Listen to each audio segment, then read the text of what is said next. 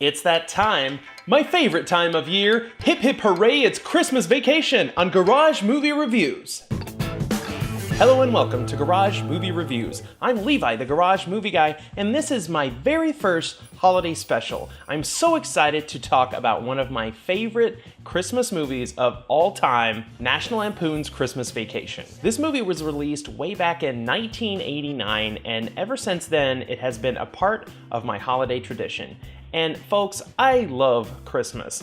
I like the food, I like the music, I like the lights and the cold weather. I love spending time with my family, and I especially like watching Christmas movies. And every year I have a handful of movies that I have to watch, and Christmas Vacation is right up at the top of that list. In fact, I remember one year for Christmas, I asked for and received a VHS package. I really enjoyed that set. I remember I opened it underneath the tree, and I was so excited. I busted out that Christmas Vacation VHS and popped it right in the machine, because let's face it, that's the main reason I wanted that boxed set.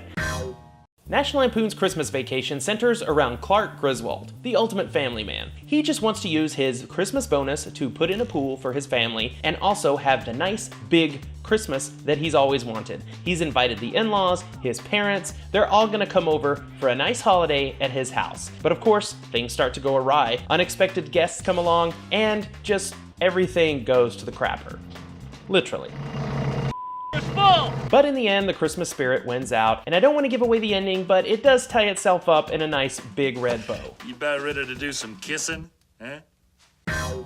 Like the original Vacation film in 1983, Christmas Vacation was written by John Hughes. Yep, that John Hughes. He felt at this point the Vacation movies were just a vehicle for Chevy Chase, which is true, and he only wanted to write a sequel if he had good material. He chose to adapt his story Christmas '59, which appeared in the December 1980 issue of the National Lampoon. Christmas Vacation is the only vacation film that doesn't feature the Lindsey Buckingham song Holiday Road. Instead, an original song was written by Barry Mann and Cynthia Weil called Christmas Vacation, and it plays at the beginning of the movie under an animated sequence. A lot of the humor in the vacation films come from the writing of John Hughes, but they just wouldn't be vacation films without Chevy Chase as Clark Griswold. He's always trying to one-up himself and create the best Christmas for his family, but oftentimes he loses sight of the important things like spending time with them or not flying off the handle.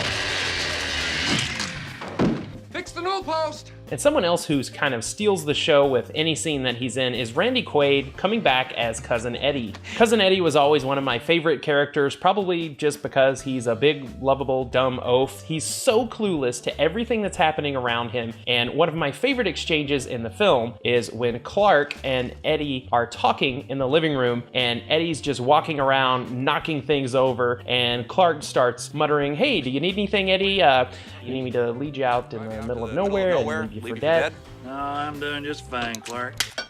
It's those sorts of line deliveries that just completely go over Eddie's head that make a lot of this humor in this film that I really enjoy. And really, this cast is something to behold. Everyone brings something to the film, from the frontrunners to the children in the movie. It's just an incredible cast. We've got Beverly D'Angelo coming back in her role as Ellen, and as is tradition with the vacation films, we have different actors playing the children. This time we've got Juliette Lewis as Audrey, and of course we have Johnny Galecki as Rusty, who's now probably best known for his role in The Big Bang Theory. But the ensemble cast doesn't stop there. Oh no, we have the neighbors, Todd and Margot Chester, played by Nicholas Guest and Julia Louis-Dreyfus, 1 year before her breakout role as Elaine Bennis on Seinfeld. Most recently, she's known for the tremendous success of her comedy series Veep on HBO, which will air its final season in 2018. Another fun couple in the movie are Bethany and Louis, Ellen's elderly aunt and uncle. They're played by Mae Questel and William Hickey. The blessing! This was the final film for Mae Questel, who was the original voice for Betty Boop and Olive Oyl in the 1930s. And in fact, 2 years earlier, she had reprised her role as Betty Boop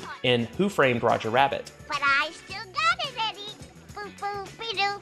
William Hickey played Uncle Lewis, but in fact he was only 52 at the time, so he's playing a character that was much older than him, and I think he did an incredible job. His mannerisms, the inflections in his voice, there's no way I would have expected that was a 52-year-old man. And if his voice sounds familiar, you might recognize him as the evil scientist from The Nightmare Before Christmas. Oh, my head.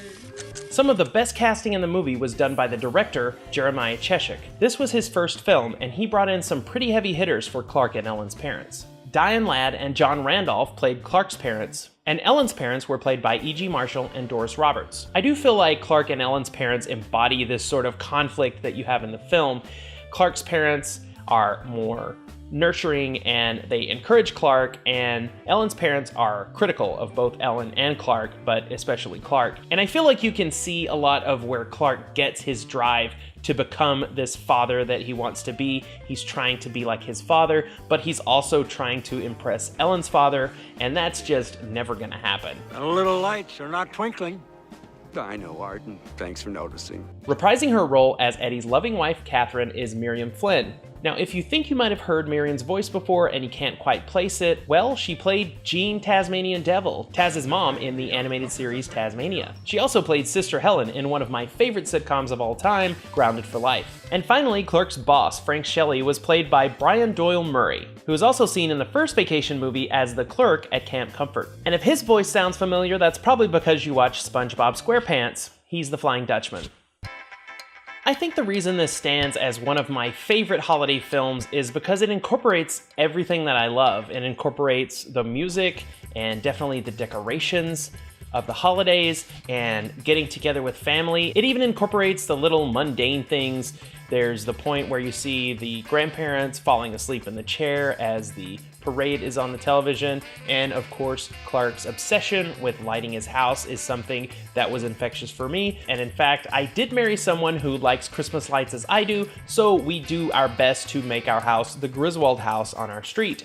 But back to the movie, I think one thing that makes it so successful is that it does intertwine this intense nostalgia with a biting humor that keeps the movie from being too saccharine or too sweet. And as with the Griswold house, everything in the movie is an amped up version of real life. I don't think anyone has a cousin that is Cousin Eddie, but they have that cousin that is like Cousin Eddie. But that's what makes this movie so successful. It takes a pinch of things from real life and expands them into absurd limits. I mean, the movie starts out with Clark going to find a tree for his family in the woods and forgetting to buy a saw. And there's a visual gag that he pulled the tree out of the ground. This, of course, sets up the gag for the rest of the film that the tree is too big for the house. A lot of sap in here.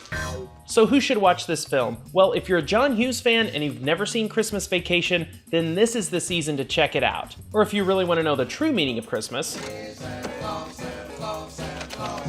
And finally, if you're like me and you're a big old sap for the Christmas holiday and you want to watch a movie that makes you laugh with the whole family, watch Christmas Vacation. But that's it for me. I'd like to know down below, what's your favorite Christmas film? What's your favorite part of Christmas Vacation? Give me a like and a thumbs up if you enjoyed the review, and if you want to see more Christmas reviews, then please subscribe down below and click that little bell icon next to it so you get updates each and every time I upload a new holiday film. But until next time, I'm Levi, the Garage Movie Guy, saying, why is the carpet all wet, Todd?